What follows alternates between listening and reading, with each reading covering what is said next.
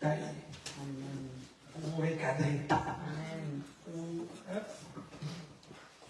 vous serrer un peu. Amen. Parce que des fois, tant que des enfants, des fois on est un peu, on se laisse un peu aller dans certaines choses.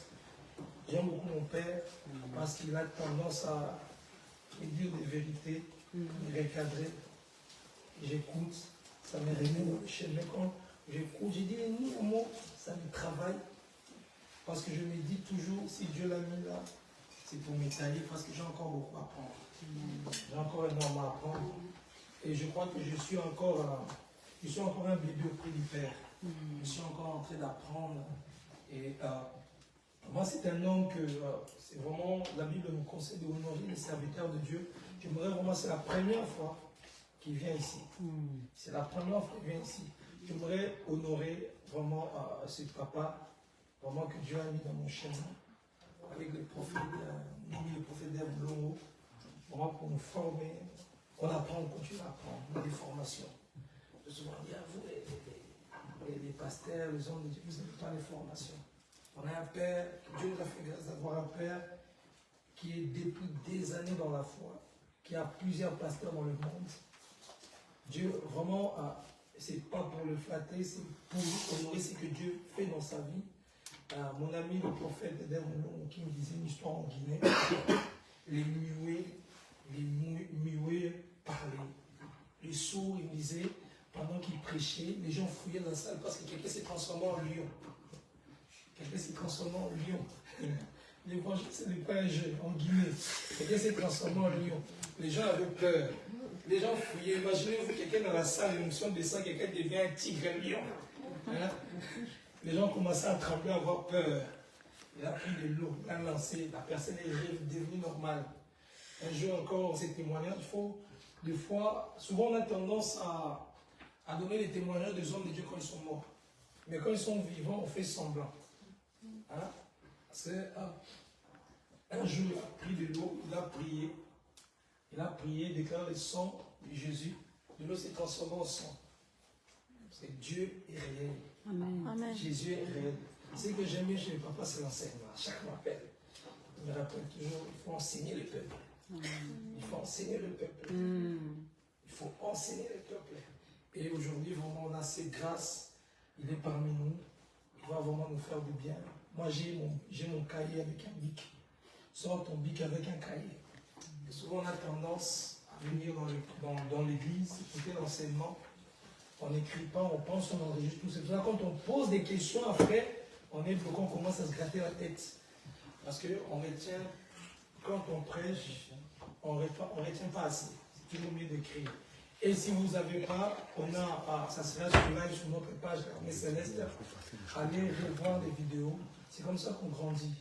C'est qu'on enseigne, on réécoute, on écrit. C'est comme ça qu'on grandit, c'est comme ça que l'onction nous impacte. Parce que nous, aujourd'hui, si on a reçu l'onction du Père, c'est parce qu'on écoute les enseignements. On réécoute. Des fois, même quand je me mets dans mon lit, je réécoute les audios des enseignements qu'ils nous donnent. Je mets les écouteurs, je réécoute. Je vais au travail, je réécoute les enseignements. Ça me fait énormément du bien. Vraiment, j'aimerais vraiment bénir papa, j'aimerais vraiment vous donner honorer aujourd'hui. Merci pour votre présence. Vraiment, ça me touche énormément.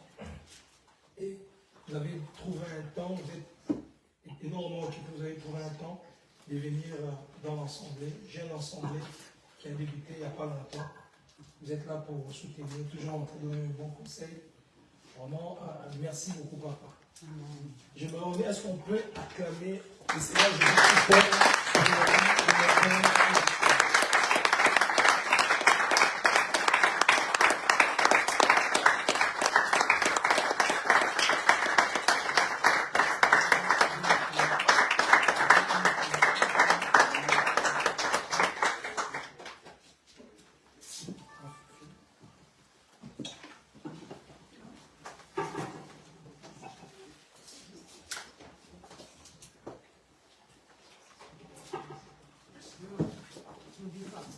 Amen.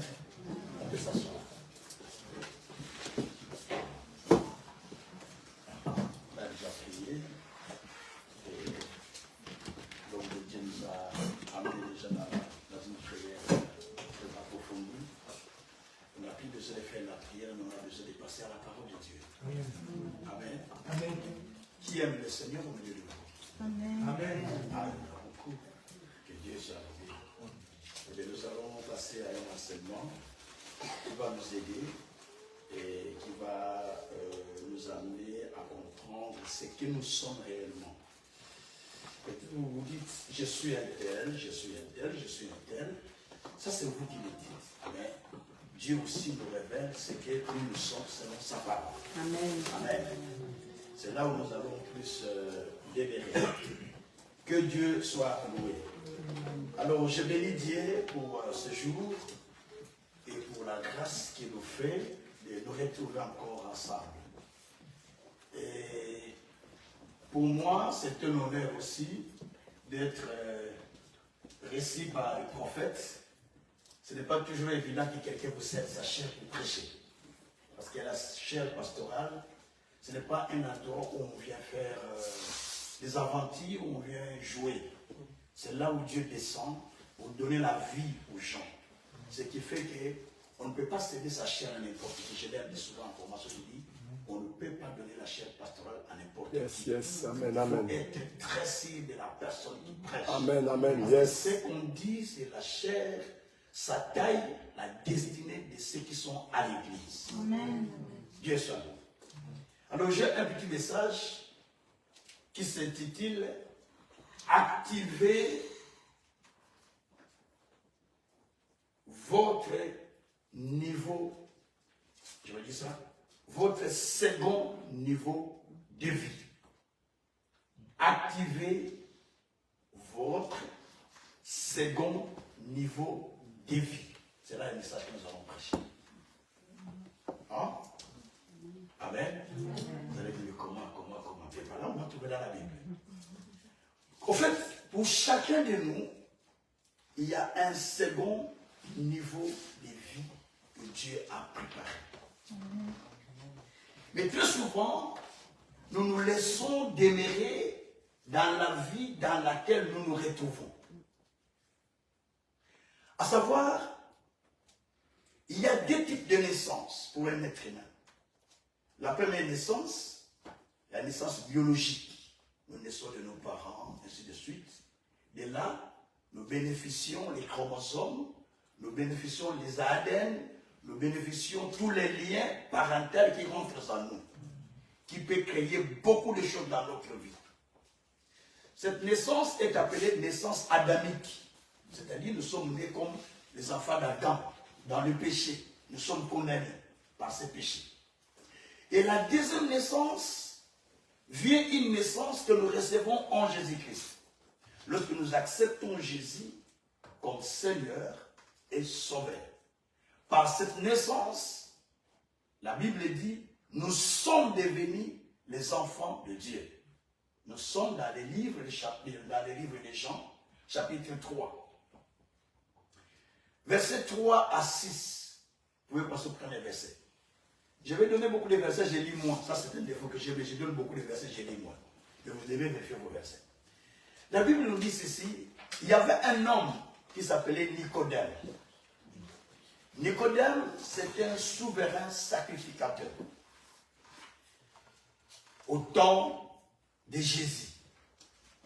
Il est allé vers Jésus, demandant à Jésus, que dois-je faire pour entrer dans le royaume de Dieu? Jésus lui dit, il faut observer les commandements. Il dit, mais je l'ai fait depuis mon jeune âge. Je l'ai fait déjà depuis longtemps. Jésus dit, ah, tu l'as fait depuis longtemps. Donc il te manque une chose. Il faut naître de nouveau. Nicodème dit, ah, à mon âge, naître de nouveau. Retourner sur le ventre de ma mère et renaître encore. Comment se fera-t-il? Alors, Jésus lui dit, si tu n'es né d'eau et d'esprit, tu ne peux pas entrer dans le royaume des cieux. C'est-à-dire, si tu n'es né pas de nouveau, tu ne peux pas entrer dans le royaume des cieux. Et Jésus lui dit dans le verset 6, ils sont dans le verset 6 là, verset 6 dit, celui qui est né de la chair est chair. Cela veut dire, celui qui est né d'un humain, c'est un humain. Mais celui qui est né de l'esprit, il est un esprit. Là, ces oreilles commencent à s'ouvrir. De celui qui est né de l'esprit devient un esprit. Est-ce que vous l'avez compris? Donc on parle de combien de naissances là? Vous êtes sûr? Troisième. Ah, il y a troisième. C'est pas deuxième. Il y a deux. Il dit celui qui est né de la chair est chair. Celui qui est né d'un humain, c'est un humain. Mais celui qui est né d'un esprit, c'est un esprit. Je l'explique. Chacun de nous ici est né d'un parent, n'est-ce pas vrai? Voilà, donc biologiquement parlant, nous sommes nés des parents. Donc, nous sommes porteurs des ADN de nos parents. Nous sommes porteurs des liens de nos parents. Nous sommes porteurs de toutes les condamnations que les parents ont subies, ça retombe sur nous. Nous sommes porteurs de certaines maladies. Nous avons hérité certaines maladies même. Le diabète, de certaines déformations, on dit c'est héréditaire. Parce qu'il y a des parents. Maintenant, Jésus dit, la deuxième partie de la naissance, c'est la première naissance. La deuxième naissance, Jésus dit, celui qui est né de l'esprit, il est esprit. C'est-à-dire, celui qui est né de Dieu, il n'est pas un être normal. Je vais vous le répéter tout de suite là. Celui qui est né de l'esprit, il est un esprit. Celui qui est né de la chair est chair. Eh bien, attention, Pierre dit dans 1 Pierre, chapitre 1er, au verset 18 et 19, Pierre dit, vous avez été rachetés de toute vaine manière de vivre que vous avez hérité de vos parents. La Bible dit que nous avons été rachetés par le sang de Jésus de toute vaine manière de vivre que nous avons hérité, de nos parents, de certaines manières de vivre. Mais maintenant, en Jésus-Christ, la Bible dit que nous avons été rachetés. Donc nous avons été rachetés de toutes ces vaines manières de vivre. Et la Bible dit que celui maintenant qui est né de l'esprit, il devient un esprit. Alors, qui est né de l'esprit ici dans cette église? Je vais attendre. Qui est né de l'esprit sur le lever de la main? Celui qui est né de l'esprit, je vais voir. Né de l'esprit, né de l'esprit, né de l'esprit, né de l'esprit, né de l'esprit. Il ne faut pas douter, il faut être sûr que tu es né de l'esprit. Si tu n'es pas sûr, tout ce que tu vas naître. Né de l'esprit, né de l'esprit. Allez, ok. Alors, naître de l'esprit veut dire, parce que Nicodème m'a posé une question, mais comment ça fait que je peux naître encore de nouveau? Explique-moi ça. Jésus a commencé à lui expliquer. Celui qui est né de la chair est chair, celui qui est né de l'esprit est esprit. Mais il ne comprenait pas du tout parce qu'il fallait beaucoup d'explications pour qu'il comprenne. Jésus a dit, vous savez, vous allez entendre le vent qui souffle de tous côtés. Versets 7 et 8. Le vent qui souffle de tous côtés. Nous sommes dans Jean 3 là, versets 7 à 8. Vous allez entendre le vent qui souffle de tous côtés. Vous ne savez où il va et d'où il vient. Ce sera la condition de la personne qui est née de Dieu. Alors, qui est né de Dieu? C'est celui qui a reçu Jésus comme Seigneur et Sauveur. On a compris? C'est compris? Amen. Donc, qui est né de Dieu? C'est celui qui a reçu Jésus comme Seigneur et Sauveur. Donc, si nous sommes nés de Dieu, ça commence à me monter à mon intérieur. Si nous sommes nés de Dieu, la Bible dit, nous sommes devenus des esprits. C'est pas moi qui dis, c'est la Bible. Celui qui est né de l'esprit est esprit. Parce que Dieu est esprit. Jean 4, verset 24. La Bible dit que Dieu est esprit. Que ceux qui l'adorent en esprit et en vérité. Donc Dieu est esprit. Alors celui qui est né de l'esprit, c'est-à-dire celui qui est né de Dieu, Dieu est esprit. Moi qui suis né de lui, je ne suis pas un être normal, mais je suis un esprit enveloppé dans un corps. Vous avez quelqu'un compris? Donc vous êtes des esprits, mais qui sont enveloppés dans un corps. Parce que nous sommes nés de l'esprit. Est-ce que quelqu'un a compris? Gloire au Seigneur. Parce qu'il y a un miracle qui va se faire tout là. Parce que nous croyons que nous sommes nés de Dieu. Maintenant, comme nous sommes nés de Dieu, la Bible clairement nous dit qu'à ceux qui l'ont reçu et qui ont crié en Jésus-Christ, il a, qui ont pris à son nom, il a donné le pouvoir de devenir enfant de Dieu. Jean 1, verset 12 à 13. Donc, à tous ceux qui l'ont reçu, vous tous qui avez accepté Jésus comme votre Seigneur, comme votre Sauveur, vous n'êtes plus les enfants de Monsieur X. Vous n'êtes plus les enfants de Madame X. Mais vous êtes devenus des enfants de Dieu. Là, je veux que vous compreniez ça. Et puisque vous êtes enfants de Dieu, toute la force, toute la puissance, tout l'héritage du monde des ténèbres ou de la famille qui pouvait s'abattre sur vous, qui pouvait causer du tort sur vous, tout ce que vous pouvez hériter, des maladies, peu importe problème que vous pouvez hériter, du fait que vous êtes nés de Dieu, toutes ces maladies n'ont plus de pouvoir sur vous. Amen. Je suis en train de dire, je suis en train de dire à quelqu'un, peu importe maladie que tu as maintenant, pendant que je parle, en tant qu'enfant de Dieu, ça va disparaître. Ça va disparaître. Ça va disparaître.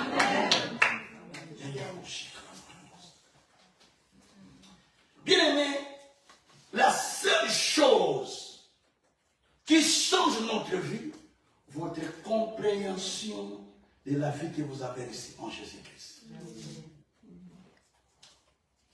Je sais que mon fils est prophète, hein? Il prophétise beaucoup sur vous.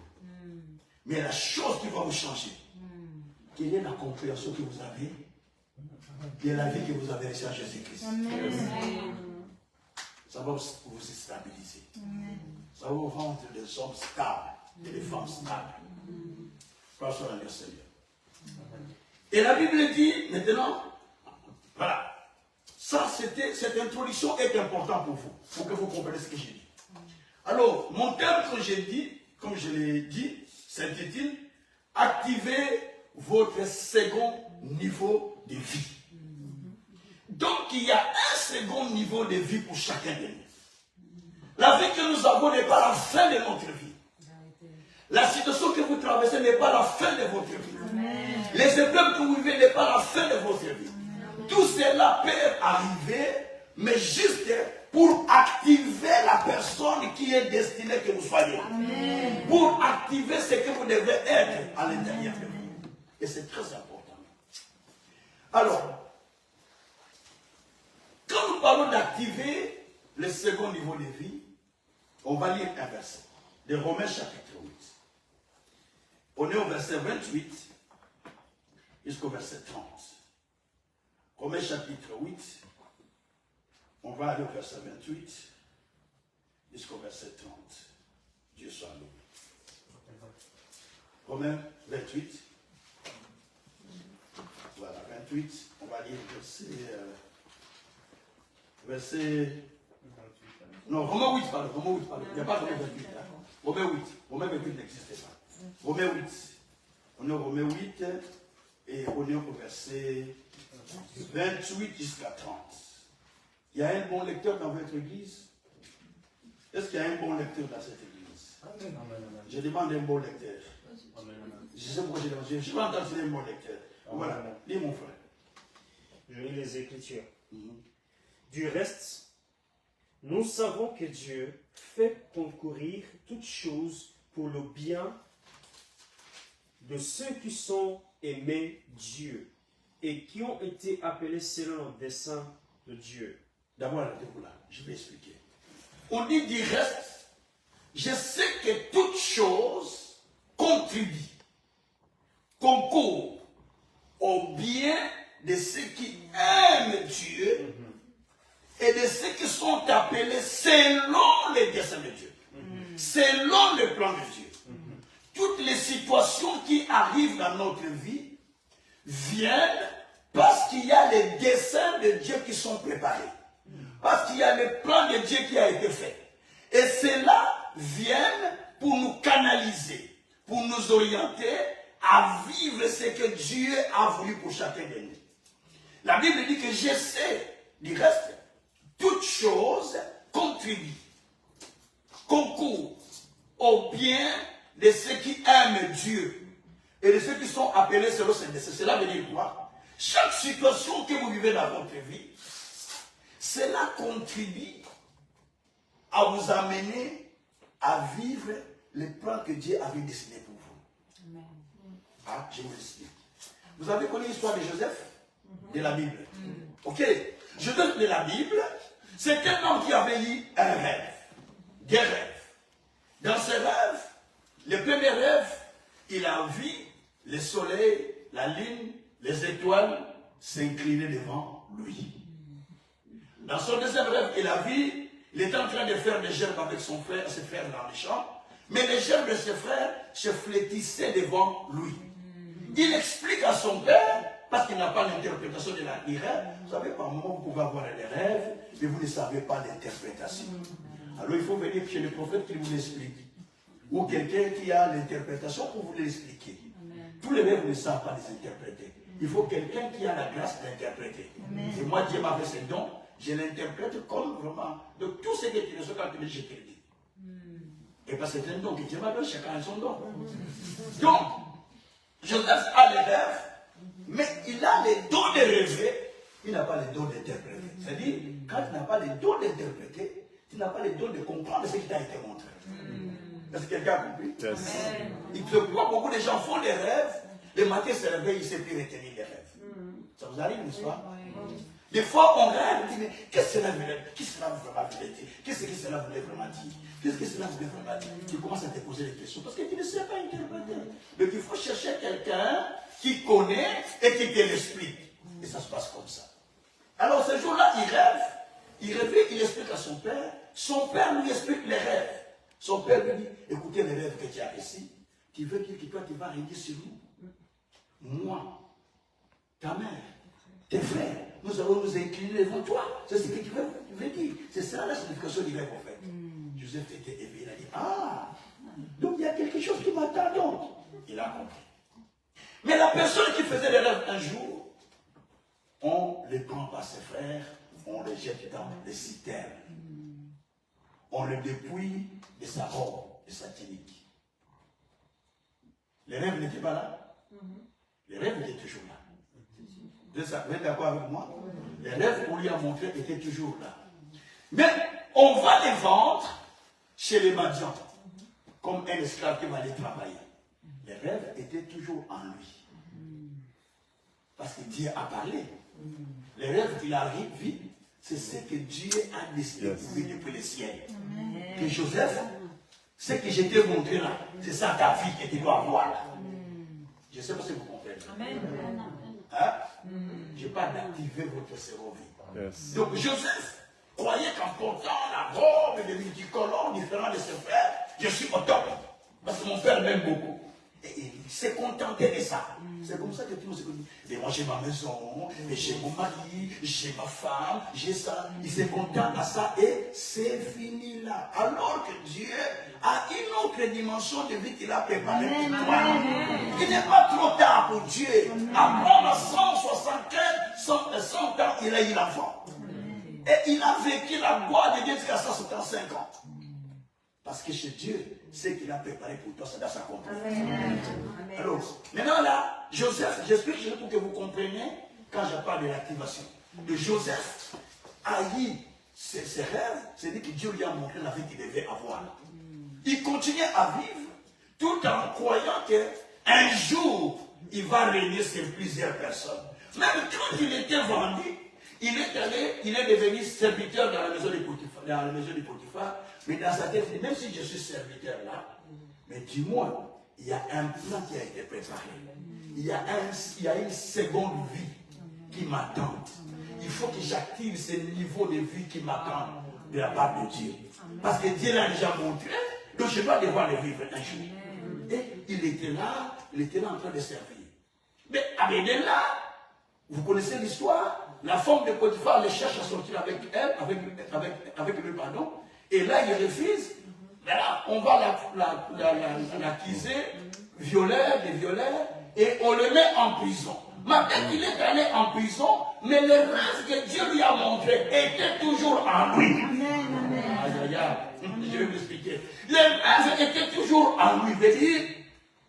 malgré que tu es allé en prison, mais moi, Dieu, dans le ciel, je ne te vois pas prisonnier, mais je te vois une personne qui va régner, et les gens vont s'incliner devant toi. C'est ça la vie. Donc, il commençait à monter, à avancer, malgré qu'il avançait, mais la vie que Dieu avait préparée dans le ciel, le plan qui était signé dans le ciel, continuait à peser sur sa vie, continuait à planer au-dessus de la tête de Joseph. Donc, on le met en prison. En prison, il commence à interpréter sur les rêves des prisonniers. Ah, Jésus. Malgré qu'il interprète les rêves des prisonniers, mais les prisonniers, là, ils travaillent au palais royal. Donc, il a fallu qu'il passe par là. Si jamais Joseph était vendu, il ne serait pas prisonnier d'esclave. Si jamais on l'a mis en prison et on l'a tenté de viol, il ne serait pas emprisonné. Si jamais il était mis en prison, il n'allait pas rencontrer les gens qui travaillaient au palais royal. Lorsqu'il va interpréter les rêves, ces gens l'oublient, il part.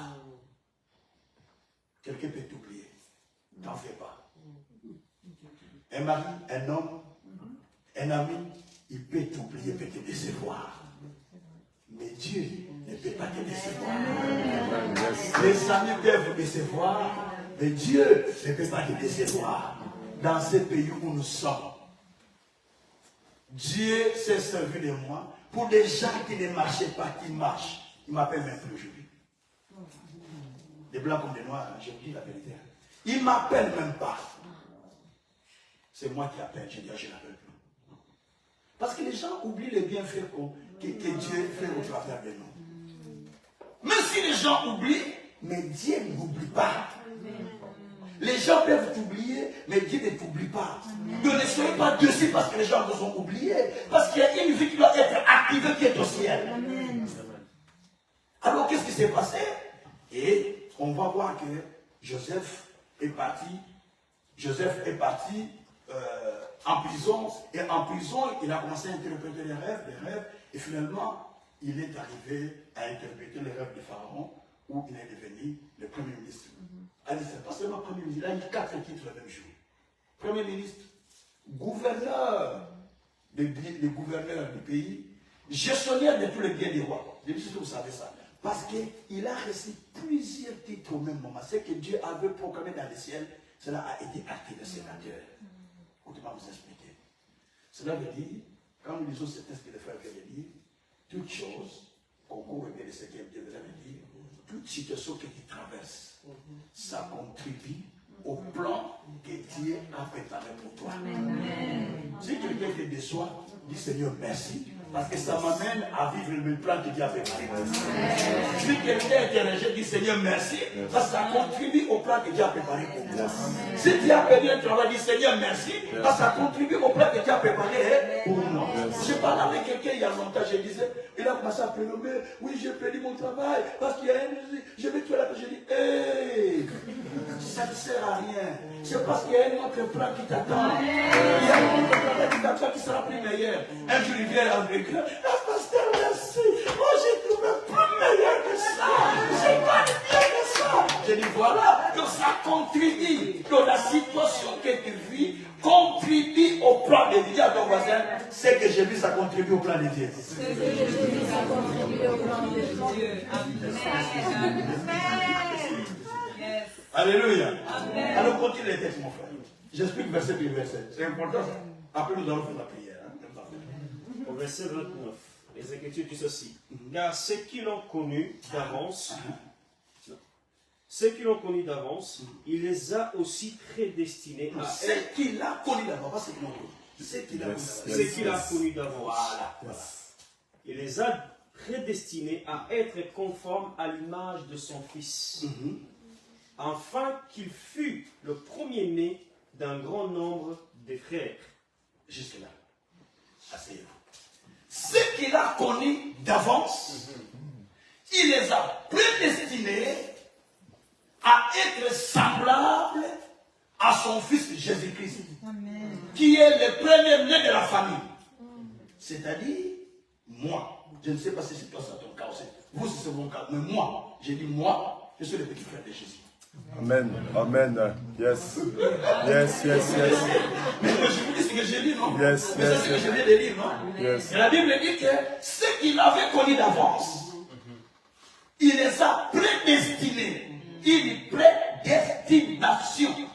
Donc, veut dire ceux qu'il a connus d'avance, il les a préparés à devenir le petit frère d'une famille dont Jésus-Christ est le premier fils de la famille. Yes. C'est ce qu'il dit.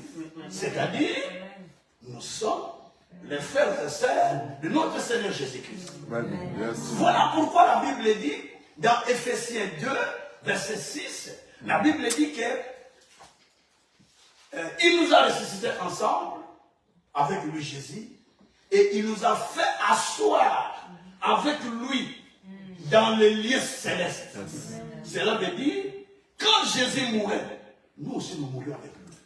Mais nous n'étions pas vivants, mais nous étions en lui, spirituellement.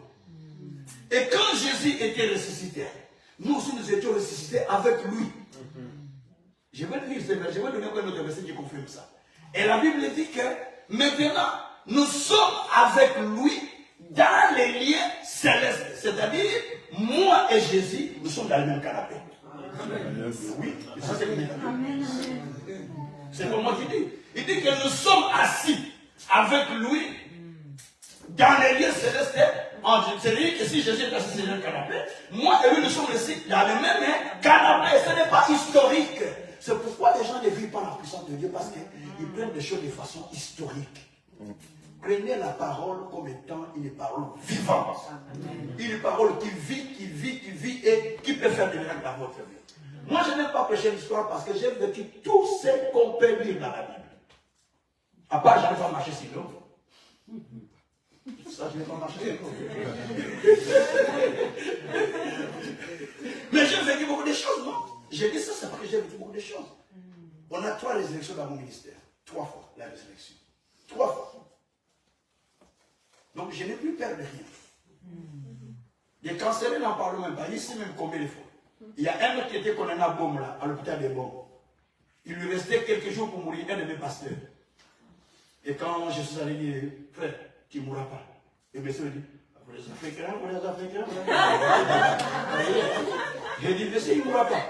Mais non, monsieur, il n'a plus d'amis. Il me dit, monsieur, il ne faut pas dire comme ça, il faut préparer sa famille parce que il va partir. Hein. J'ai dit, oui, monsieur, il ne mourra pas. Vous voulez que je dise qu'il va mourir? J'ai dit, il ne mourra pas. Pourquoi je dis qu'il ne mourra pas? Parce que je crois à ce que dit la parole. La parole dit, je te guérirai, je te donnerai la santé, je te rétablirai. Jérémie 33, verset 6. Je disais comme ça, j'ai confessé ça, j'ai confessé. Et quelques jours, quelques mois après, que 2, 3, 4 mois, les mois est passé, 2 mois, 3, 4, 5 mois, 3, 4 mois à l'hôpital, après le médecin dit, Emmanuel, je ne vois plus le cancer.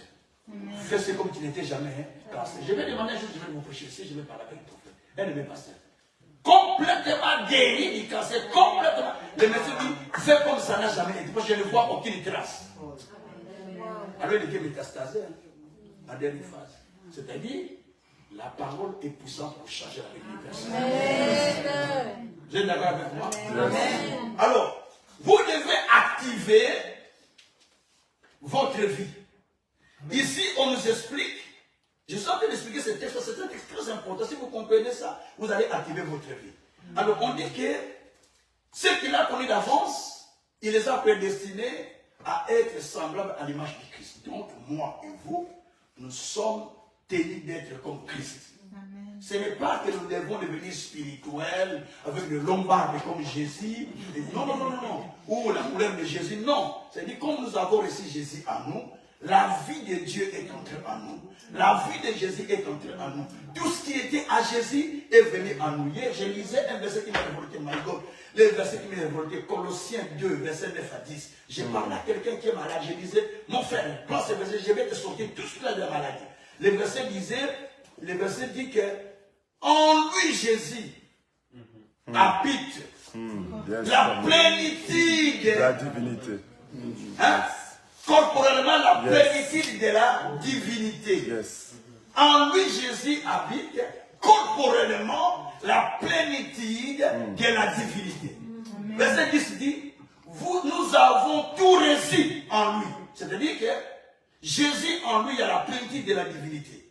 Et nous, lorsque nous recevons Jésus, la Bible dit que nous avons tout reçu en Jésus-Christ. Tout ce que Jésus a reçu, la plénitude que Jésus a reçue, en l'acceptant, cette plénitude est venue aussi à nous automatiquement. Ce qui fait que vous êtes des petits dieux sans le savoir. Parce que la Bible dit dans Jean 10, verset 34, vous êtes le Dieu. Vous êtes le Dieu parce que vous avez accepté ça. Je prêchais quelque part, j'ai dit, qui croit qu'il est Dieu? J'ai dit, lève-toi. Comment s'imposer les mains aux gens? Il n'était pas pasteur.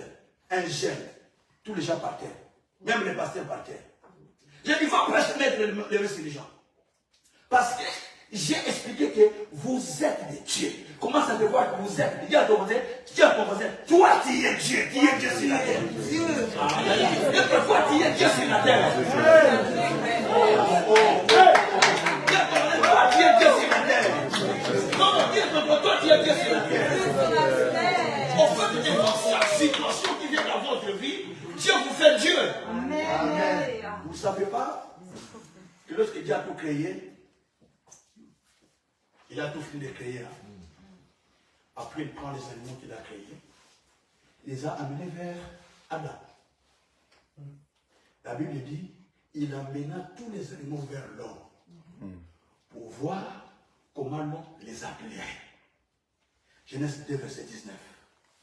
Et l'homme, quand il a vu les animaux, il dit, bon, lui, je peux l'appeler comment? Bif.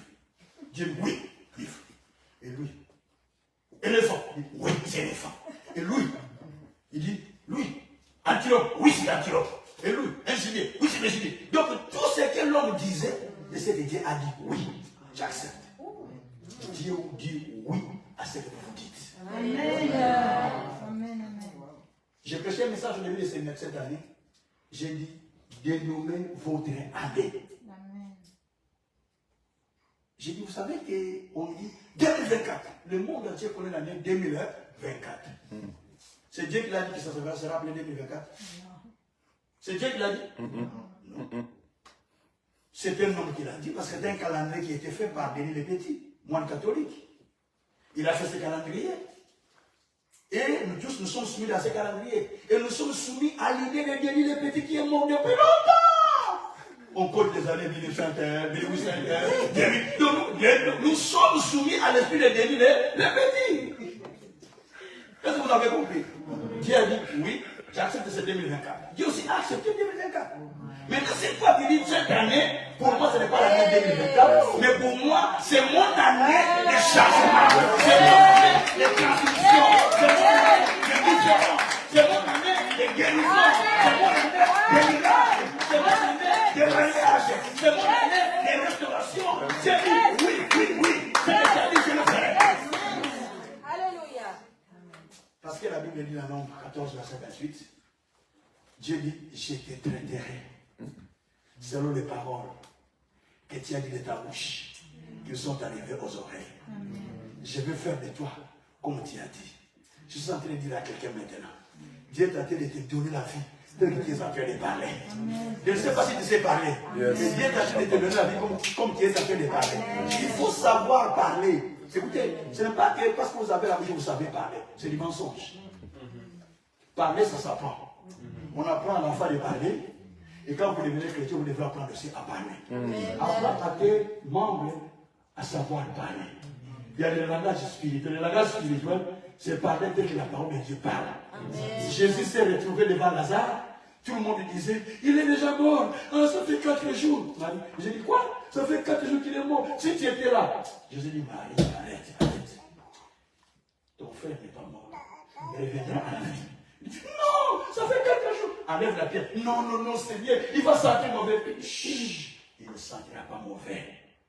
Il va revenir à la vie. Écoutez-le. Oui, je sais qu'il va revenir à la vie. Dans les derniers jours, il est en train de repousser le miracle. Dans les derniers jours, quand toi tu reviendras par l'église, Jésus dit, ce n'est pas dans les derniers jours. C'est maintenant que nous parlons quelque chose. Vous voyez le langage de Jésus?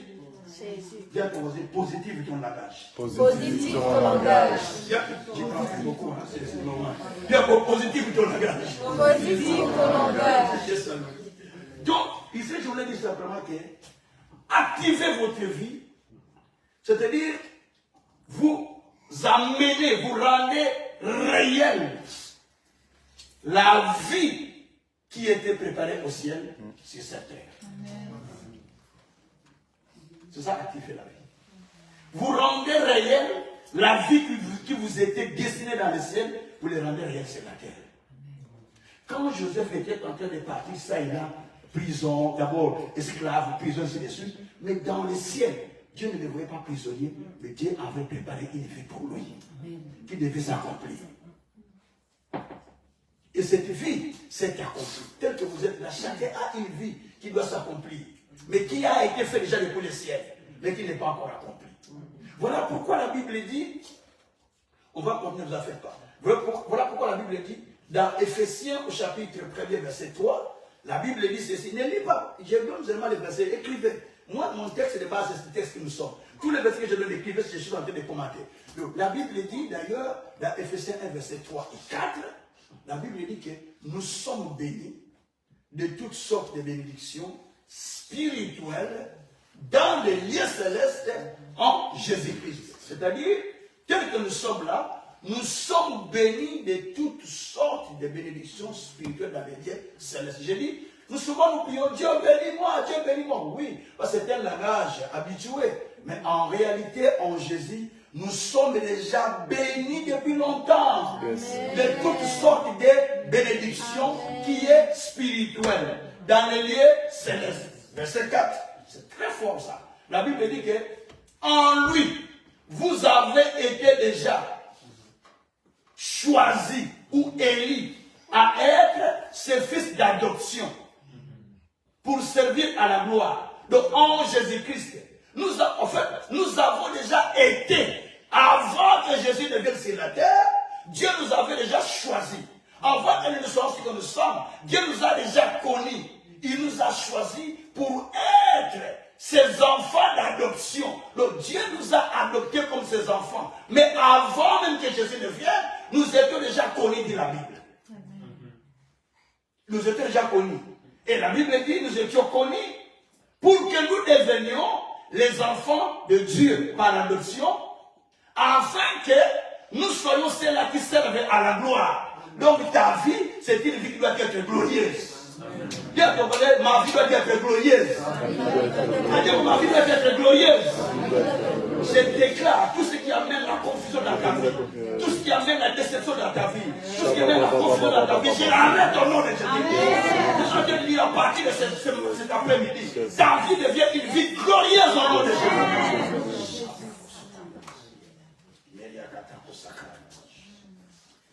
Il faut s'asseoir sur ce qui est écrit pour voir la puissance de Dieu. Il n'y a pas autre chose.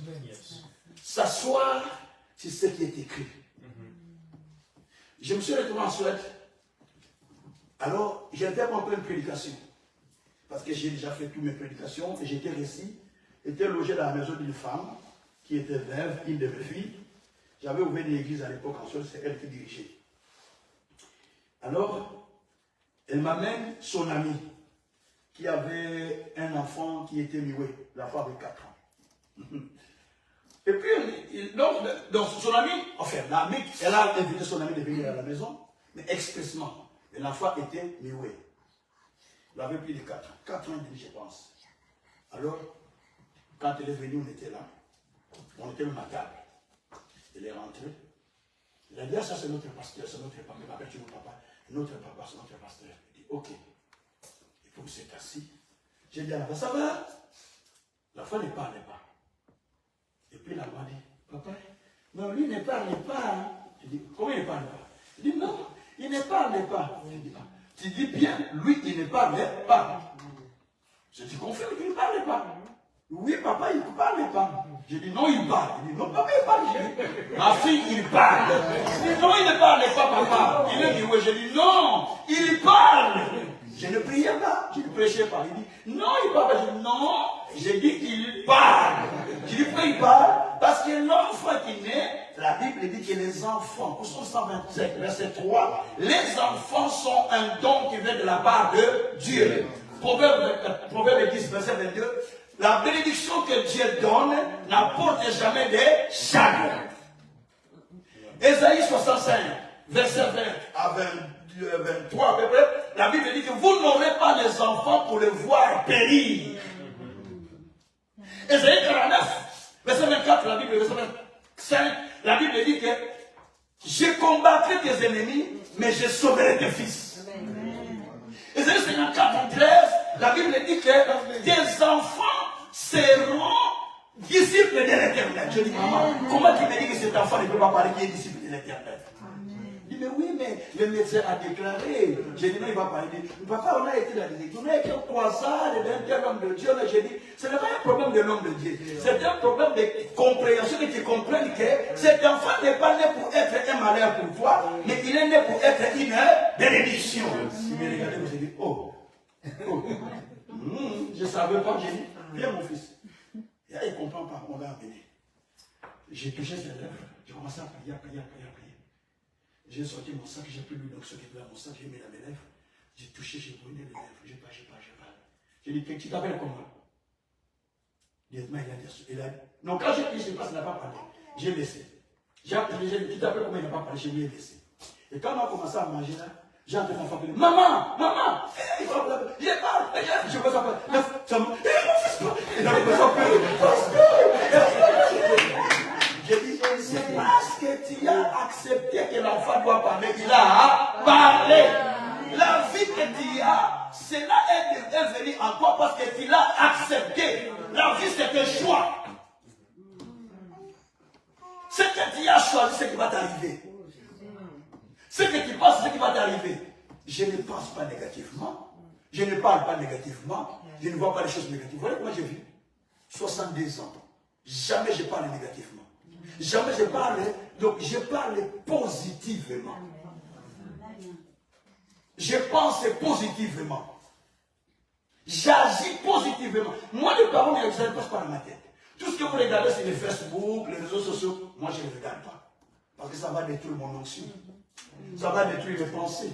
Parce que vous regardez beaucoup de choses. Ça détruit vos pensées. Encore.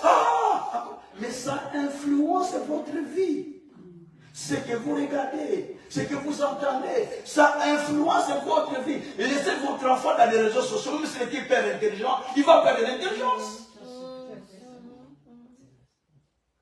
Je ne regarde pas n'importe quoi. Non. La télé même que vous voyez là, moi je regarde les journaux. Quand les journaux passent, je regarde les reportages. Ou les animaux, j'aime plus regarder la nature. Moi je viens de la forêt, je regarde. Et c'est ce que j'aime regarder. Et je me dis, c'est que je suis au village. Donc, je regarde dans ça. Gloire soit à Dieu, Seigneur. Je suis au village, pas à la maternité, en route, à la forêt. C'est comme ça. Donc, bien aimé, j'explique des choses qui sont importantes pour vous. Donc, la Bible dit que c'est qu'il a connu la France. Qui était connu la France? Vous et moi, nous avons été connus avant que nous soyons dans le sein de nos mères. C'est pourquoi Dieu a parlé à Jérémie. Il a dit, Jérémie, j'étais connu avant que tu sois dans le sein de ta mère. Jérémie dit, oh, comment tu peux me parler comme ça? J'étais établi prophète de Jérémie. Non. Je suis encore un enfant. Il dit, toi tu dis un enfant, mais moi je ne te vois pas un enfant. Parce que j'étais connu depuis longtemps. C'est-à-dire, Dieu ne nous voit pas des enfants. Dieu nous voit des personnes déjà matures. Parce qu'il nous a connu la France. Quand il a parlé à Gédéon, il a dit à Gédéon, vaillant héros. Gédéon dit, moi vaillant héros, je suis dans une famille pauvre. Ma famille est la plus petite de la tribu, de notre tribu. Comment tu me dis je suis vaillant héros? Depuis je suis le plus petit de la famille. Et nous sommes les plus pauvres dans toute la tribu. Dieu dit, même si tu me dis ça, mais moi dans les ciels, c'est ce que j'ai écrit pour toi. Tu es un vaillant héros. Donc ta vie qui est dans le ciel, tu es un vaillant héros. Il faut que cela soit activé. Quelqu'un a compris maintenant? J'explique bien. Hein?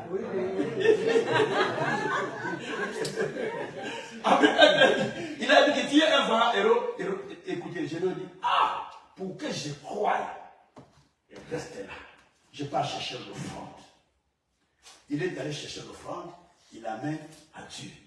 Dieu a attendu l'offrande. Frère, Dieu attend vos offrandes. Peut-être que vous ne le savez pas. Et quand il a pris l'offrande, Dieu a pris l'offrande. Et puis, Dieu dit, j'ai pris ton offrande. Maintenant, je vais activer ton niveau du ciel. Va. Prends le taureau de ton père. Il y en a deux. Nous sommes dans Juge, chapitre 6, verset 10 jusqu'à 15. Et puis 15, vous lisez verset 25 et 26. Il dit, va prendre le taureau de ton père. Gédéon est allé chercher le taureau de son père. Il revient avec.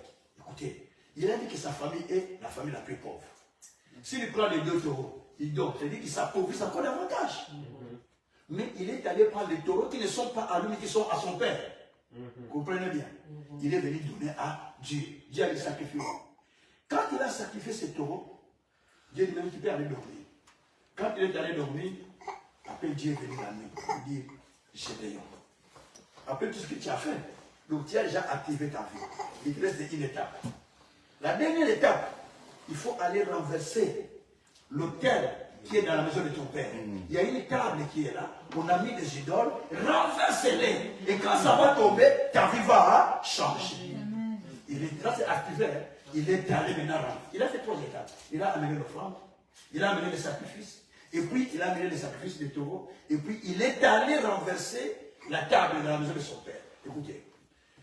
Gédéon a grandi dans cette maison.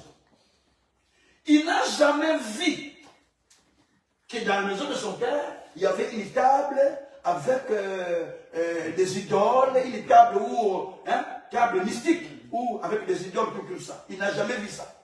Mais Dieu lui dit, va dans cette maison-là où tu habites. Tu n'as jamais vu, mais comme je suis en train de t'amener pour activer ta vie, maintenant tu vas là-bas, tu vas trouver une table de sacrifice qui est là. Commence à les renverser. Quand on sera renversé, ta vie va changer. Et dès qu'il a renversé, le matin, les gens de la ville disent, oh, la table est renversée. La table est renversée. Comment ils ont su que la table est renversée qui était dans la maison de frère papa? Parce que c'est dans la maison qu'on a fait ça. Si nous renversons la table, c'est les gens de la ville qui vont savoir que nous avons renversé une table. Mais ils ont su que la table était renversée. Parce que tout le monde lui parlait de cette table-là. Leur papa était le féticheur de la ville. Tout le monde lui parlait du fétiche de leur papa. Et qu'est-ce qui va se passer? Alors, il se fait que, après cela, Gédéon est devenu le vrai héros. Il est devenu le vrai héros. Merci, j'ai déjà. Merci beaucoup. Que Dieu vous bénisse, c'est gentil. Donc, il est devenu le vrai héros. Et puis, il est devenu le juge pour Israël. C'est-à-dire le premier ministre d'Israël. C'est lui qui dirigeait le pays à l'époque. Je vais vous dire des choses. Par moments, vous passez des moments difficiles. Maintenant, je suis en train de parler de choses réelles. Vous traversez des moments où vous vous dites, mais qu'est-ce que je peux faire, Seigneur? Il n'y a que des soucis, il n'y a que des difficultés, que des fatigues, que des choses. Mais il y a une vie cachée de vous qui n'est pas cette terre et qui est dans le ciel. Hein? Parce que Dieu voyait Gédéon comme un héros qui va sauver tous les pays. Mais Gédéon sur la terre, il vivait comme qui est un pauvre. Merci. Mais il a fallu que cette vie, merci mon frère, il a fallu d'abord que cette vie-là qui était au ciel soit activée en lui pour qu'il puisse voir la puissance de Dieu. Est-ce que vous comprenez ça? Et cette vie était activée et Gédéon est devenu un héros. Cela veut dire, quand on parle d'activer votre second niveau de vie, cela veut dire rendez la vie céleste, votre vie céleste sur cette terre. Rendez réelle votre vie céleste sur cette terre. Je l'explique. Jésus a dit, quand vous priez la prière de notre Père, qu'il sait faire la prière de notre Père. C'était les masseurs, c'était les secours. Notre Père qui est dans les cieux. Notre Père qui est aux cieux, que Oui. ton nom soit sanctifié, que ton règne vienne, que ta volonté soit faite sur la terre comme au ciel. Donne-nous aujourd'hui. Juste la parole, c'est bon. Répétez cette partie-là. Que ta volonté Soit faite sur la terre comme au ciel. Répétez encore ça. Quelle église en Que ta volonté soit faite sur la terre comme au ciel. Que ta volonté soit faite sur la terre comme où? Au ciel. Comme où? Au ciel. C'est-à-dire, au ciel, il y a un dessein qui est fait pour nous, mais qui doit se manifester sur la terre. Quand il dit que ta volonté soit faite au ciel. Non, sur la terre plutôt. C'est la terre. Comme au ciel. C'est-à-dire que ce que j'ai voulu pour vous, ce que j'ai préparé pour vous, soit fait sur la terre de la même manière que vous êtes au ciel. C'est-à-dire, tel que vous êtes, il y a aussi une autre personne de vous qui est dans le ciel. Amen. Amen. Donc, tel que je suis là, le pasteur Cassel Gabriel, il y a encore un autre qui est dans le ciel. Dans le ciel. Et celui qui était dans le ciel, quand il dépasse sur le cœur, il te révèle, il change de dimension. Je vous donne mon témoignage. Je parlais à ma fille qui m'avait cherché tout à l'heure. Moi, j'étais consommateur de l'alcool. Grand. Coureur des jetons. Je ne mange pas les mots. Et c'est mon témoignage, non? J'ai tourné toujours chez les prostituées. Prostituées. Et je vivais toujours avec 5 copines à la même période. Pas moins de 5. C'était pas ma vie. Et j'étais passé par là, j'étais à la chorale catholique, mais déjà j'étais turbulent, donc personne ne voulait m'accepter. Et un jour, un monsieur qui louait chez nous, qui devait aller dans une croisade, qui était prêché par un pasteur qui venait de la France, Jean-Louis Jaillet, paix à son âme, venait de mourir. Et moi, comme j'étais consommateur d'alcool, je n'aimais pas toutes ces choses-là. Je disais, on va me dire de laisser l'alcool, on va me dire de laisser la cigarette, on va me dire de laisser la chambre, on va me dire de laisser tout ça. Parce que je prenais tout ça. Et puis, ce jour-là, le monsieur me dit, tu peux m'accompagner avec ta voiture parce que la mienne ne roule pas. Il dit, il n'y a pas de souci. J'ai dit, mais moi, je n'entre pas dans votre truc. Hein. Juste les prières là, non, moi. Achète-moi seulement 2 bouteilles de la bière au café qui est en face. Et puis, ils sont rentrés, ils m'ont donné 2 bouteilles de prémices, une bière qui se vend au Congo. J'ai commencé à prendre la bière là, les prémices. Je prenais la bière. Les messieurs parlaient là-bas, les haut-parleurs disaient, même si tu es impudique, même si tu es consommateur d'alcool, même si tu es interne, mais Jésus t'aime. Jésus t'aime. Tu peux venir donner ta vie à Jésus parce qu'il t'aime. Il lui parlait. Et moi, j'écoutais. J'ai dit, il est venu chercher l'argent. Il compte pas, j'ai dit, souvent, les Français, quand ils viennent prêcher, c'est à la fois on va lui donner les diamants, il parle avec les diamants. Non, moi, je ne parle pas. Il continue à prêcher. Et une fois, me disait, Jésus t'aime. Jésus t'aime. C'est pourquoi je disais à ma fille quand elle est venue chez, j'ai dit, moi, je n'aime pas la télévision, on me dit, viens, tu seras béni. Viens, tu seras béni. Alors, il y a des gens qui n'ont pas été chez Dieu, mais qui sont bénis financièrement, qui sont bénis matériellement, qui sont bénis en tout. Alors, qu'est-ce que vous allez me dire là? Non! Dites à la personne de croire en Jésus comme Seigneur et Sauveur, parce qu'à la fin de sa vie, il va hériter le royaume des cieux. Dites à la personne qui va recevoir la vie de Jésus, quand on recevra la vie de Jésus, tout le reste viendra par-dessus. C'est pourquoi Jésus a dit, cherchez premièrement le royaume des cieux et sa justice. Le reste viendra comme un surplus. Et j'écris, j'ai dit, je dois comme ça. J'ai pris ma bouteille comme ça. J'ai dit, avant-hier, je buvais, j'avançais. Il est venu chercher l'argent, j'avançais. J'ai avancé avec ma bouteille, j'ai avancé. J'ai avancé, j'ai dit, qu'est-ce qu'il dit? J'ai dit, c'était l'aventurier.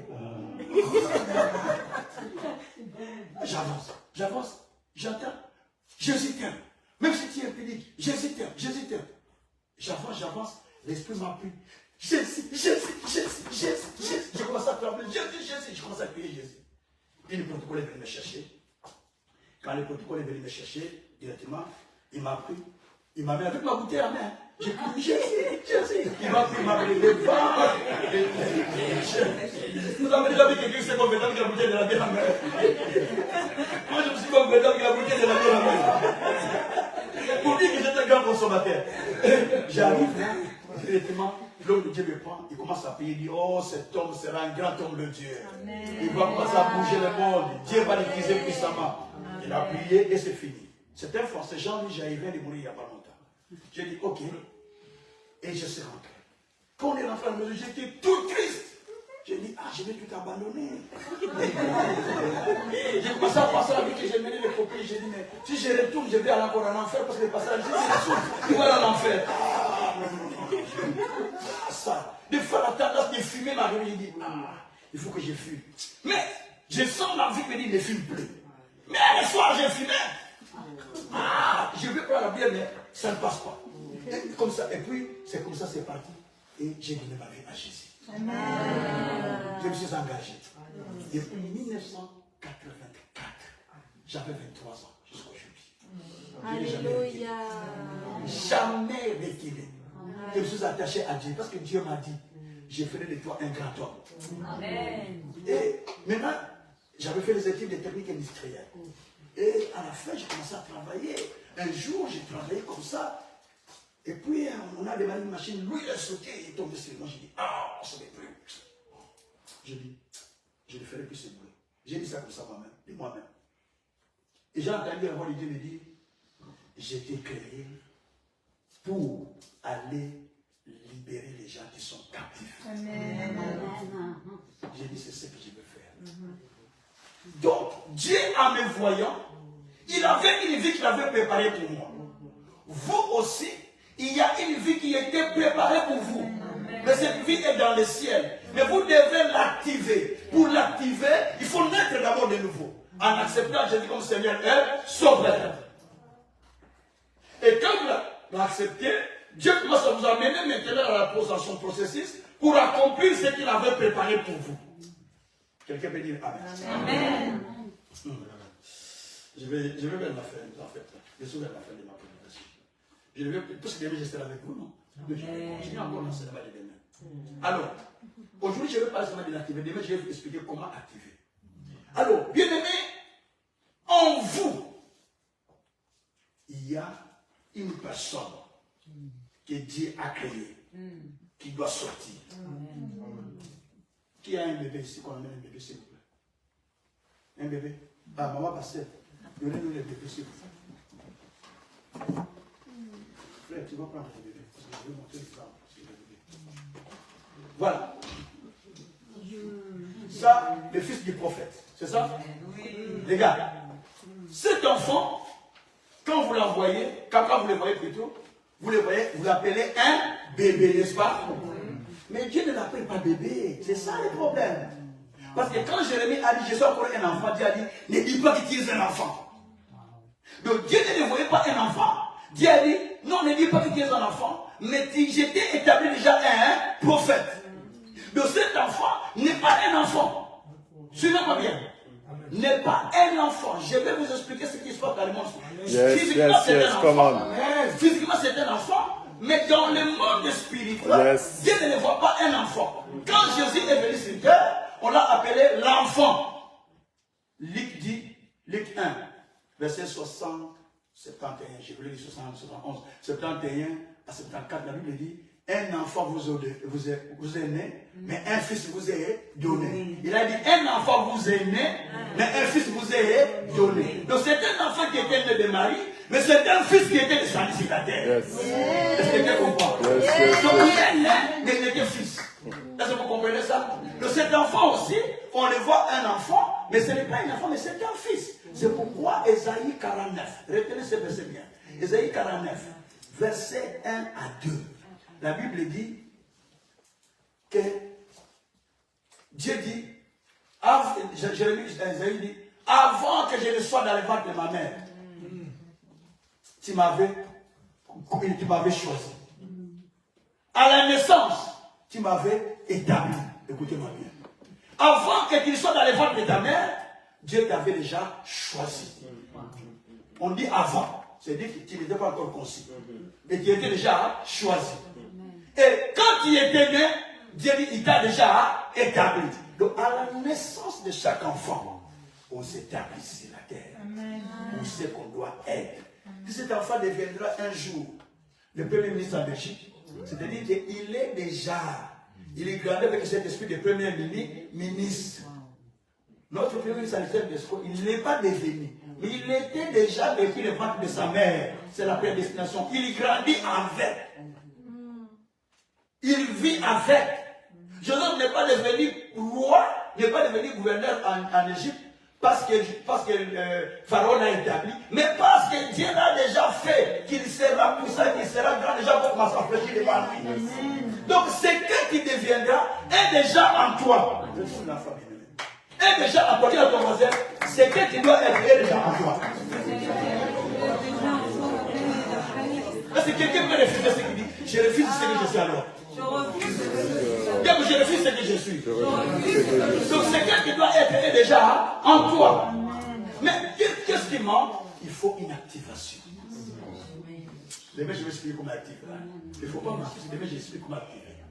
Donc ce qui manque, c'est l'activation. Parce que simplement, ce que tu es n'est pas ce que Dieu attend de toi. Ce que tu es n'est pas ce que Dieu voit de toi. Ce que tu es, c'est ce que le monde t'a donné. Il y a un homme que vous aimez beaucoup, vous tous, qui connaît un frère, un cousin, un ami, un fils qui s'appelle Jacob. Quelqu'un qui connaît Jacob, dans sa vie, tu connais quelqu'un qui s'appelle Jacob. Ton fils Jacob? Ok, Jacob. Qui encore? Qui connaît un nom, quelqu'un qui a un nom Jacob dans le milieu du travail, ami, tout ça, Jacob. Voilà, je vous explique. Jacob, ils étaient deux dans le ventre de leur maman.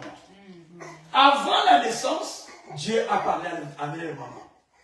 Il a dit à la mère était stérile, après la prière de son mari, Dieu a dit, écoutez Rebecca, tu as 2 enfants au sein de ton ventre. Le premier sera empiété par le cadet. Ils sont en train de bouger à l'intérieur parce que tu as 2 nations. Et maintenant, à la sortie, à la naissance, l'aîné va sortir le premier, le Ésaü. Jacob, qui était le cadet, lui se dit, ah, Dieu a dit, c'est moi qui va empiéter, c'est moi qui sera dans le... Moi, je dois sortir avant mon frère. Il tient son frère dans les talons pour le tirer en arrière afin de sortir le premier. Je vais l'expliquer. Et quand il sort, il tire même, ça ne passe pas. Et le premier sort, Ésaü.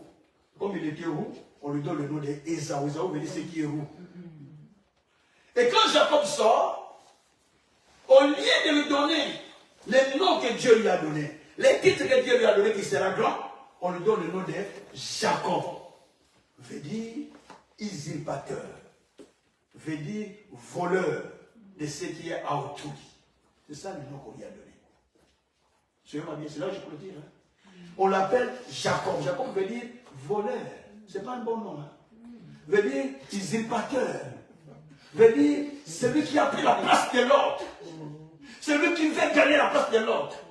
Et ce qui l'ont donné ce nom, c'est les femmes sages. Et Jacob a vécu ça toute sa vie. Toute sa vie a vécu que des misères, des complications, parce que le nom qu'on lui a donné était collé à lui et les effets, tout ce qu'il faisait, c'est par rapport au nom qu'on lui avait donné. Écoutez-moi bien. Maintenant, lorsqu'il va rencontrer le Seigneur, lorsque plutôt que Dieu va les rencontrer en route, il sort chez son oncle Balaam pour retourner chez lui. Il envoie un ange la nuit qui va les rencontrer. Qu'est-ce que Dieu lui a dit? Quand Dieu d'abord lui a dit que ton nom sera Jacob. Et en plus, le jour qu'il a rencontré l'ange, il se bat avec l'ange. L'ange, tellement qu'il s'est battu avec lui, très tôt matin, l'ange dit, lâche-moi, je vais partir. Il dit, ah, je ne te laisse pas si tu ne me bénis pas. Il dit, quel est ton nom? Il dit, tu m'appelles Jacob. Il dit, non, non, non, non. Tu t'appelles Jacob? Non. Ton nom ne sera pas Jacob, mais ton nom c'est Israël. C'est lui qui a combattu avec Dieu qui a vaincu. Ton nom c'est Israël. Donc, sur la terre, on lui a donné le nom de qui? De Jacob. Mais quand Dieu, Jacob veut dire usurpateur, voleur. Pas seulement voleur. Mais le nom qu'on lui a donné veut dire voleur. Mais or Dieu lui a donné le nom d'Israël. C'est lui qui est vainqueur. C'est lui qui vainc. C'est lui qui triomphe. C'est lui qui lutte. Et c'est comme ça que la vie des gens sont. Sur la terre, on vous colle. Tu es diabétique. Tu es cancéreux. Tu es célibataire. Tu es divorcé. Donc, dans nos cartes d'identité, à l'époque, vous connaissez nos vieilles cartes d'identité, non? On marquait vraiment les cartes, hein? Pas électroniques, c'est celle qu'on avait avant là. vous voyez, on va marquer marié, séparé, c'est pas, je ne vais pas cette carte. Parce qu'on marquait là, célibataire, séparé, tout ça. Donc c'était pas bon. Donc vous voyez, il y avait des cartes comme ça. Donc c'est marqué. Et sur la terre, on nous donne une sorte de nomination. Cette nomination bloque votre vie. J'ai dit à quelqu'un là, on a dit, oh, il y a des sang qui coulent dans le cerveau. J'ai dit, ah non monsieur, ça ne coule pas. Ça ne coule pas. Ça ne coule pas au nom de Jésus. J'ai dit, il ne faut pas accepter toujours toutes choses. On vous le dit, il faut refuser. Moi que vous parlez, si vous regardez bien, vous allez voir mon nez est trop petit. Là c'est trop grand. Vous ne voyez pas ça? Mais je vous dis ce qui est vrai. Vous n'avez pas remarqué ça? Ça c'est petit, ça c'est grand. J'ai été opéré 11 fois en une année. C'est vrai que c'était ici même, à Saint-Pierre, et puis la suite c'est à Chérec. Parce que le médecin, quand il faisait l'opération, il a vu comme une main qui poussait, pas, il a coupé la capsule d'éveil. Et c'est tombé à l'intérieur. Il ne savait pas sortir, il a fait sans me le dire. Je suis resté avec la capsule et le fil et le compresse 4 mois. Dans les 4 mois. Et ça pourrit. Si je montre les photos, on n'allait pas manger ce soir. Ça sautait déjà les pieds. Il faut y me dire pour être sauvé. Et l'hôpital disait, on ne sait plus rien faire, c'est fini. Ce jour-là, je suis allé voir un médecin spécialiste, il a appelé ce médecin et il dit, quelle opération a-t-il fait à ce monsieur? Mais si on laisse ça, dans 2 semaines, monsieur sera. La mort de la vie, si on laisse ça, moins de 2 semaines, monsieur va mourir, parce que les nerfs vont être touchés. Moi, j'ai entendu. Je suis sorti, j'ai dit à mon épouse, voilà ce qu'on a dit. On est allé, le médecin dit, on doit refaire l'opération vite. On a commencé à faire des opérations sur opérations, jusqu'à 11 opérations, et on a placé les femmes. Je les vois là. Je vois qu'un seul cas, vous me voyez là. Pas celui-là. Ça ne voit plus que ça, pas seulement un seul qui voit très comme ça, un peu. Mais, ce jour-là, les médecins, 7 médecins m'ont réussi à table comme ça, ils ont posé des questions. Après, ils ont dit, monsieur, on ne peut plus rien faire. J'ai dit, on ne peut plus rien faire, tu vas mourir. Parce que les gens commencent à être pourris. Ce jour-là, je suis rentré, j'étais avec un de mes pasteurs, un de mes jeunes pasteurs, un de mes enfants. J'ai prié, j'ai pleuré dans la voiture, je disais, Dieu, à moi qu'il ne soit pas ton serviteur. À moi qu'il ne t'ait pas dit quelque chose. Mais toi, tu m'as montré que j'étais devenu grand. J'ai amené les âmes au salut. J'ai délivré les âmes. Tout ce que tu m'as montré, tu n'as pas encore fait ça. Et depuis que je pars, j'ai fait que cette vie-là que j'ai vue au ciel, c'est ce que je fais maintenant. Tout ce qu'on m'a dit, je ne le veux pas. Mais ce que tu m'as montré en rêve là, c'est ce que je veux. C'est la prière que je faisais. J'ai commencé à prier pour activer la vie du ciel. 3 jours après, le secrétaire de l'hôpital m'a appelé de Chérec. Je suis rentré, on me dit, monsieur, tu vas venir rencontrer ton médecin rapidement. Je suis allé. Le monsieur me dit, est-ce que tu vas accepter qu'on fasse la greffe? Parce que vous êtes des pasteurs, vous ne croyez pas de ça. Je dis, oui, pourquoi pas? Il dit, ok, on va faire la greffe. Et ils ont fait la greffe. Après la greffe, c'était que les complications, après ça s'est stabilisé. Et après il me dit, le danger est passé. Le danger est passé. Il fait comme ça. Le danger est passé. Il dit, Gabi, le danger, il m'appelle son Gabi. Gabi, le danger est passé. Je dis, gloire à Dieu. Bien aimé, vous devez activer votre vie dans le ciel. Que ta volonté soit faite sur la terre comme au ciel. C'est-à-dire, tel que je suis dans le ciel, tel que je dois être sur la terre. Est-ce que dans le ciel je suis malade? Non. Est-ce que dans le ciel je suis aveugle? Non. Est-ce que dans le ciel je suis transféré? Non. Est-ce que dans le ciel je suis célibataire? Non. Est-ce que je suis dans le ciel? Non. Tu dis non, je ne suis pas ça parce que Dieu n'a pas dit que je suis ainsi. Amen. Donc, dans le ciel, je suis une personne bénie de toutes sortes De bénédictions spirituelles dans les lieux célestes. Ephésiens 1, verset 3. Dans le ciel, nous sommes bénis de toutes sortes de bénédictions. Donc, je ne peux pas accepter ce que j'ai fait. Quelqu'un a compris mon message? Yes. Qui a compris mon message? Yes, amen. Mettez la main sur la poitrine. Parle après moi. Seigneur, j'ai compris. J'ai compris Ce que je suis. ce que je suis. Ce n'est pas ce que toi tu vois. Ce n'est pas ce que je suis.